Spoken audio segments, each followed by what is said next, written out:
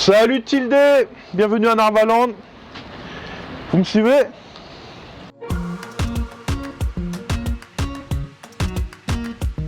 Là vous êtes à Narvaland, l'atelier, un atelier historique, là où je commence à travailler sur mes tableaux avec mes potes.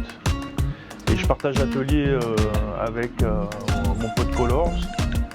Et puis en ce moment j'ai mon pote Stéphane Papé qui fait ses séries de tableaux aussi. Donc venez, je vous montre un peu.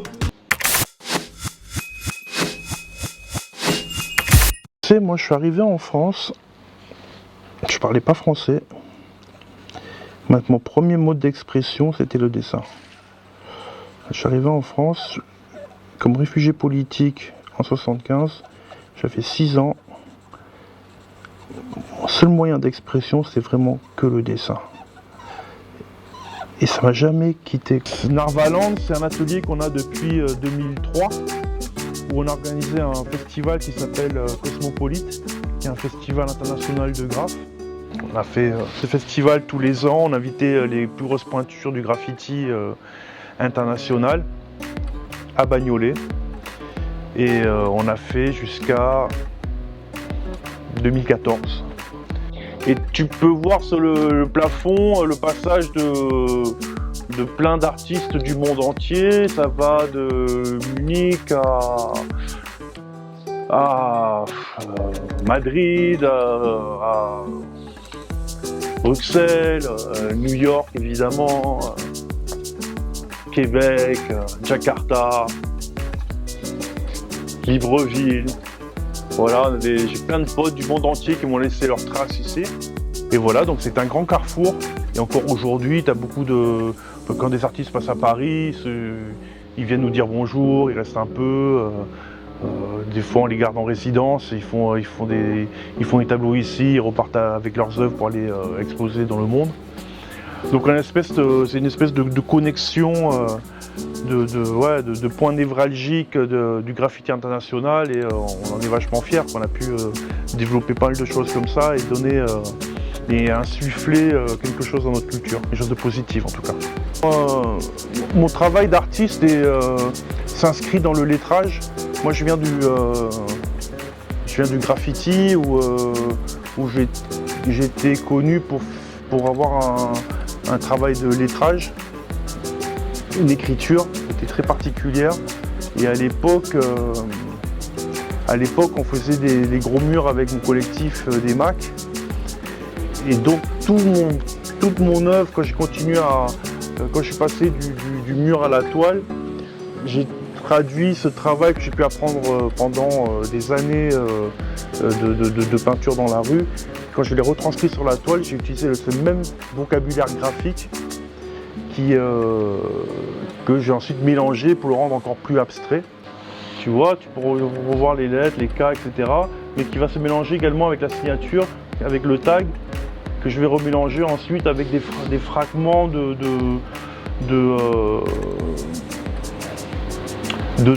traces que j'ai pu faire au marqueur ou à la bombe de peinture, etc.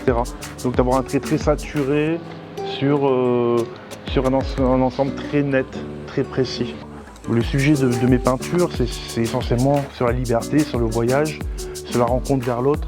Et j'ai l'impression d'être un peu à contre-courant par rapport au monde dans lequel on vit aujourd'hui. Mais voilà, ça fait partie ça fait partie du travail d'artiste. Et je pense que le travail d'artiste, c'est aussi de cristalliser l'instant présent, et aussi de pouvoir pas avoir le rôle de journaliste, mais pouvoir donner un ressenti aussi, et de partager l'espoir, l'amour, la lumière, dans mon sens à moi de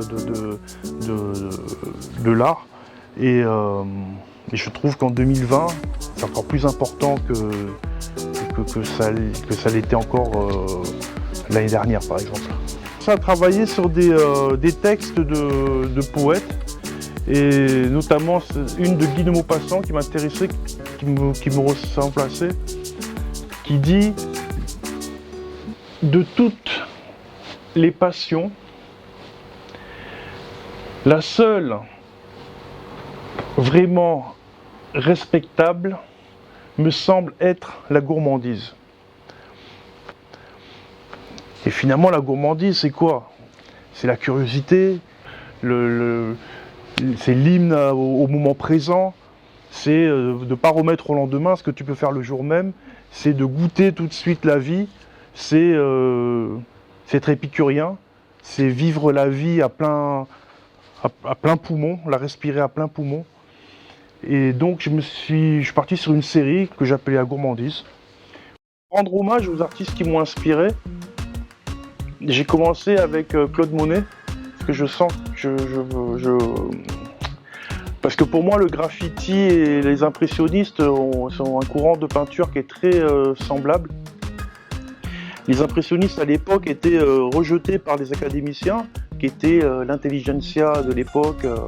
Donc ils présentaient leurs œuvres dans des salons, et les impressionnistes étaient virés des salons. Et donc un peu comme nous en fait, ont été tant décriés comme des vandales, et aujourd'hui on fait des expos en musée. Et puis c'était les premiers artistes aussi à peindre en extérieur. Voilà, donc je vois plein de similitudes avec des artistes comme Claude Monet, ou comme Andy Warhol, ou comme Basquiat, etc. Donc j'ai fait leurs portraits. Et puis en commençant avec ces portraits-là, j'ai commencé à travailler sur d'autres artistes qui m'intéressaient. Donc des artistes comme Frida Kahlo, qui pour moi était le début du féminisme, et que c'était des femmes qui m'impressionnent énormément par leur parcours, et également comme Coco Chanel, tu vois, comme pas mal de femmes qui, à une époque où elles étaient vraiment relayées au second plan, ont pris des plans majeurs et aujourd'hui sont encore plus connus que leur mari qu'il était à l'époque. Et j'adore les parcours de vie des artistes en fait, plus que leur œuvre. J'ai des histoires comme ça avec plein de ces artistes-là qui m'inspirent, et j'ai voulu leur rendre hommage. Cette série s'appelle Immortel, et là je suis en train de travailler Frida Kahlo et Ai Weiwei. C'est pas encore fini. Comment je me sens quand je crée? J'adore, je me sens calme. Je réfléchis, je me sens libre. Je sens... Tu sais, je compare souvent mon atelier à un jardin. J'adore... Tu sais, j'ai un fantasme, c'est d'avoir un jardin et de planter. Et je trouve que mon atelier, c'est un peu un jardin, et je passe mon temps à planter des fruits différents. Voilà, donc je me sens vraiment bien. En fait, pour moi, c'est un lieu tellement calme, tellement paisible. Et ça me permet d'être aussi beaucoup en introspection. C'est assez important pour moi. C'est un moment, je pense, qui est vital pour moi. Mon moteur, j'en ai plein. J'ai plein de leitmotiv. C'est pour ça que j'aime tellement peindre sur des supports différents. Moi, je pense que le mot juste, c'est le challenge. C'est pouvoir me positionner sur un objet et intervenir dessus, avoir une écriture graphique qui me ressemble, et pouvoir y mettre mon énergie dessus et la conquérir. La première chose qui m'a touché dans le dessin, c'est d'abord de communiquer, et c'était aussi de nourrir, je pense, mon enfant intérieur, à pouvoir créer et à pouvoir être fertile. C'est-à-dire que c'est pas une communication qui est juste un bavardage pour bavarder de choses plates et futiles, mais d'avoir une vraie communication qui laisse des traces, et que je peux mettre en lumière et en concret sur un objet, du papier, de la toile, ou un mur, ou un train, ou un camion, ou un avion, tu vois ce que je veux dire? Donc la création est infinie, je pense que tout est création finalement. Une intention, une pensée est créative. Et moi, mon intérêt dans ma vie, c'est d'être fertile, c'est d'avoir des moments où on construit des choses, Et voilà, donc Tu dirais quoi à un jeune artiste qui démarre et qui aimerait suivre tes pas? Tu lui donnerais quoi comme conseil?